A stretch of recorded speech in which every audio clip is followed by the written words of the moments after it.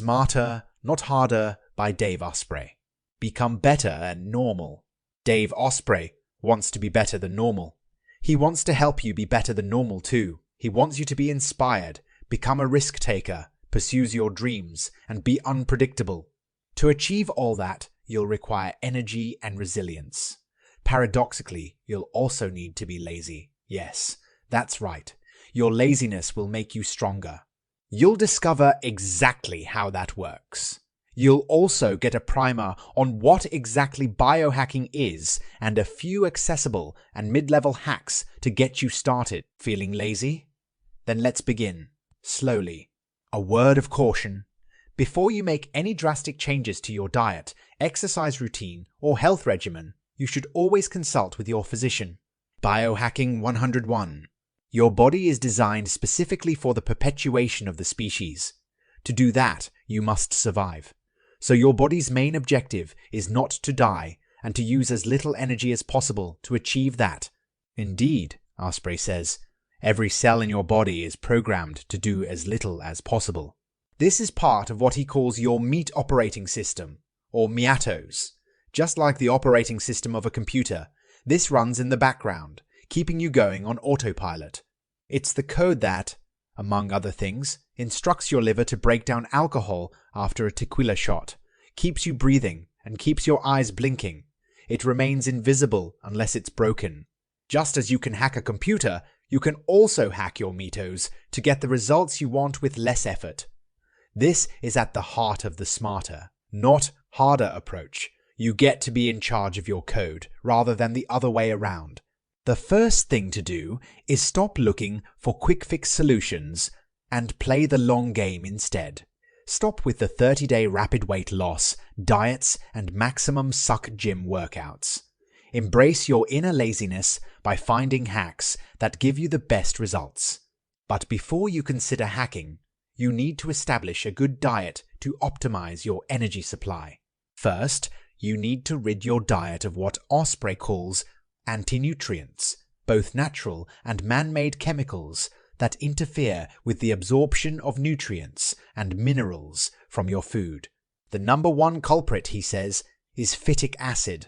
This is found in many plant-based processed foods, and also in nuts, seeds, beans, legumes, whole grains, soy, and corn. Yep, all those things that others say are good for both you and the environment. Reduce your intake. And what about meat? Asprey recommends you avoid factory-farmed chicken. Limit your exposure to pork and cut out meat substitutes. Limit how much fish you eat too. Next, make sure you're getting enough of the fat-soluble vitamins D, A, K, and E, as most people eating a standard diet fall short of the recommended amounts. Then, do the same with minerals. Calcium, magnesium, sodium, potassium, phosphorus, sulfur, and iron are the main ones. But you also need trace minerals too, such as zinc, iodine, cobalt, and copper. Of course, you also need to eat the right amounts of saturated fats, protein, fiber, and carbohydrates. Finally, if you want to optimize your diet, use supplements. Unfortunately, our modern lifestyles mean you simply won't get enough of what you need from your diet alone. Supplements include vitamins, herbs, and spices, prebiotics, postbiotics, energy supplements, and minerals. Ensure you're getting the quantities you need of all these, and you'll have set the groundwork. Choose your target. If you seriously want to improve yourself, you have to know what it is you want and then set yourself targets. Asprey's experience shows that most people want some combination of just 5 qualities: more strength, greater cardiovascular fitness, improved energy level and metabolism, enhanced brain function, reduced stress, and easier recovery. But what about greater longevity, better sexual function, and weight loss? Well, all these are automatically fixed when you sort out the other 5. And when you improve one of these 5 foundations over time, the others also adapt.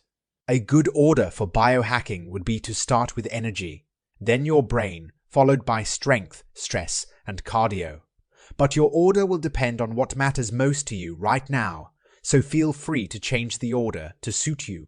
In the next sections, let's dive into some hacks for each of the fundamental qualities people want: becoming stronger and improving cardiovascular fitness.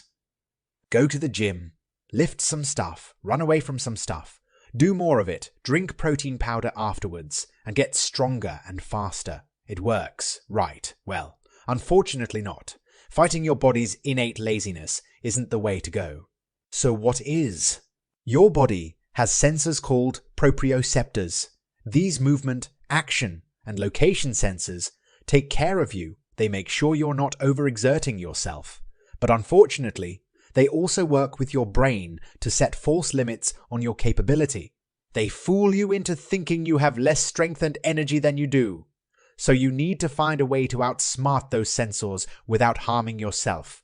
Here are a couple of hacks to do that. First, use weights and cables and Nautilus-style machines. Focus on rapid exhaustion using heavy weights and keeping good form. Take a minimum of 10 seconds to lower the weights. Do reps with no breaks until you're exhausted. Second, do isometric exercises, such as holding your body in a plank. You won't get rapid gains, but they're effective in short bursts. And for something more challenging, use resistance bands. Using these results in faster exhaustion of your muscles. The result, your muscles grow 3 times as quickly as when you lift weights. When it comes to cardio, stop with the treadmill and exercise bikes. They might be better than not doing any exercise, but that's about all. Instead, start doing varying intensity interval training. Put simply, bike or run hard for 1 to 2 minutes, switch to medium intensity for a few minutes, and then switch down to very, very low intensity. Wait until your heart rate returns to the level it was before you started your workout, and then repeat for 4 to 5 rounds. For something more challenging, try high intensity interval training. Start by going to a park and walking, slowly, very slowly, then sprint at full speed for 30 seconds, then go back to the slow walking until your heart rate returns to normal. Then, another 30-second sprint. Repeat for around 20 minutes. Use the walking period to meditate. Better still, lie down on the ground instead of slow walking. Your heart won't have to work so hard to get the blood back from your legs, improving your energy level and metabolism. Your energy level comes from converting air and food into electricity. The better you are at that, the more strength you'll have, and better cardio performance too. To achieve higher energy levels, your mitose needs to think you are dealing with some kind of hardship. When this happens, your cells increase the rate of mitogenesis, creating new mitochondria, the powerhouses of your cells, and mitophagy, which destroys weak and inefficient mitochondria. Let's see how. First, you can use vibration hacks. Whole body vibration oxygenates parts of your body that usually get little oxygen. It also tricks your body into thinking it's doing more than it is. Start with something very simple, like vocal vibration. Sit down, take a deep breath, and say Om. The vibrations make your whole body hum. Rebounding takes this up a notch. A rebounder is a little trampoline that you can jump up and down on, moving all the tissues in your body. And moving up a little more, you can use spot vibration. These can have profound effects on your nervous system and can also aid in achieving faster recovery. Second, controlling your breathing can send powerful signals to your mitose that it needs to change how it operates. You can put yourself into a state of controlled hypoxia, where your body doesn't have enough oxygen, or at least thinks it doesn't. At its extremes, hypoxia can be fatal. But when it's controlled, it can increase the efficiency of your metabolism. You can do this simply by holding your breath. This is perfectly safe as your physiology ensures you can't reach unconsciousness. Holding your breath can promote angiogenesis, new blood vessel formation. Additionally, it can strengthen your mitochondria and improve your blood flow through capillary dilation. Following these techniques will soon shift energy from your waistline into everything else in your life. Enhance your brain and sensory function. When a gorilla is first introduced to a mirror, And yes, scientists have done this. It freezes for a moment and thinks, and then realizes that it's seeing itself. Then, with this new perspective on itself, it might even begin to pick at a leaf stuck between its teeth, using the mirror for guidance. Why is this relevant? Well, your brain is a little bit like the gorilla. It has little self-awareness because its sensors look outward. It monitors what's around you and doesn't think about self-improvement. But if you know how to hack your brain, it will adapt, optimize itself, grow, and evolve. So let's check a few ways you can do that. First, you can use home neurofeedback devices. These use electroencephalography to read your brain waves.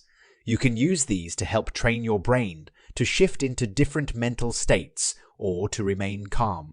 Then, you can use direct nerve hacks, in particular of your vagus nerve, which runs from your brain, down your neck, and to your gut. It's responsible for your fight or flight response, among other things. You can buy devices that stimulate your vagus nerve to give you feelings of calm and relaxation, tone down stress and anxiety, reduce migraines and other pain, and also improve sleep. Sonic feedback is a way of producing targeted sound stimulation, as your ears have a direct pathway to your brain. You can try this for free by finding binaural beats on YouTube. This can help your brain become sharper. You could also benefit from vision exercises. Try this one. Look at a distant horizon at least every morning and evening, preferably every hour throughout the day. Then look back and forth between the horizon and something in front of you, 15 seconds of each, repeated for at least 3 minutes. This will strengthen your eyes and decrease the chances of vision problems. Reduce your stress and recover more easily. Reducing stress in your life might need to be your #1 goal. If you're carrying too much stress, it's a detox that you need, not a workout. So let's look at some hacks to help you lower your stress levels. First, sleep. It keeps coming up everywhere, doesn't it? There's a reason for that. During sleep, your cells receive instructions to repair and regrow. So when you sleep well, that process is enhanced. To help you sleep better, dim your lights at night, use blackout curtains, switch off your devices a full 2 hours before bed, and increase the warm light on your phone. Don't eat for at least 2 hours before bed either. Daily meditation will also help. Second, sunlight. Sunlight stimulates your production of vitamin D and serotonin, which improves your mood. Go out in the sun late morning or early afternoon to get the best effects. Asprey recommends a minimum of 15 to 20 minutes per day directly on your skin. Third, herbs. Use ashwagandha, ginseng, and rhodiola to resist stress. For most people, they're safe to use regularly. Talk to your doctor first, though, if you're taking any kind of medication. Fourth, saunas. These help you recover at a faster rate, and you also get a detox through sweating. Start slowly with 5 to 10 minute sessions, building up to having a sauna 3 times each week for 20 minutes. So to sum up, slow down, take some sunlight, sleep better, and go to the sauna, and you'll begin to see some improvements in your stress levels. Spiritual growth. So you now know how to hack the fundamentals. Strength, cardio, energy, brain, and stress. But if you want to go further toward being your best self, you also need to rebuild your spirit to be in total control of your mitos. It's essential that you have your energy up and the fundamentals in place before you try spiritual biohacking. Asprey offers 3 steps for spiritual recovery, by which he means the antidote to being spiritually stressed. Spiritual stress can result from breaking up with your partner, losing your job, or when there's a bad accident. For example, you're shaken and you need to detox. Here's how. Step 1. Kindness and forgiveness. Your mitos works to keep you safe. Often this means being selfish, mean, and unkind. To turn that around and create automatic kindness, you have to forgive and mean it. Forgiving means letting go so that you no longer react. The automatic unkind response is removed from your mitos permanently. Step 2. Spiritual reset. Letting go is only the first step. Next, you need something to hold on to, and that something is gratitude and a spiritual reset. Sit with your eyes closed and take a few deep breaths. Think of a memory that triggers you. Remember it exactly as it was, and imagine the person or people from the memory sitting opposite you. Tell them out loud what it is they did to you. Feel the hurt and pain. Next, find gratitude. What good came out of the situation? Put yourself in other people's shoes. What was the situation like for them? Now think about it from both perspectives simultaneously. When you do this, say out loud, "I forgive you." Step 3. Acceptance. For this step, you need a neutral, infallible person. As Asprey says, this is not an actual living person. You could make it Jesus or Buddha, or even an infallible light bulb. Ask that person if your forgiveness is complete. A clear yes, and it's over. If not, go back to the situation and try again. Keep doing this until you have no more reactivity. When you're no longer triggered by something, you'll have more energy and freedom. You'll feel more attuned to the universe. You won't need technology or data to confirm this. You'll simply know. Final summary. We've covered a few fundamental biohacks along the way, and you've seen how smarter, not harder, works to overcome your inherent laziness. But how will you know if you're improving? By measuring your performance against specific targets. For example, when it comes to cardio, how is your resting heart rate? For strength, has your 1 rep maximum increased? You'll know whether you have more energy or not, simply from how you feel. For your brain, how do you perform in memory and reaction time tests? And finally, for stress, check your heart rate variability using a home monitor. And what about those other factors that should be improved? When it comes to sex, ask yourself and your partner. It is, of course, impossible to assess your longevity. But you can get an idea simply by looking in the mirror at how well you're aging, or you could get a DNA methylation test to measure your epigenetic age. Finally, don't forget to find what works for you and personalize your hacks.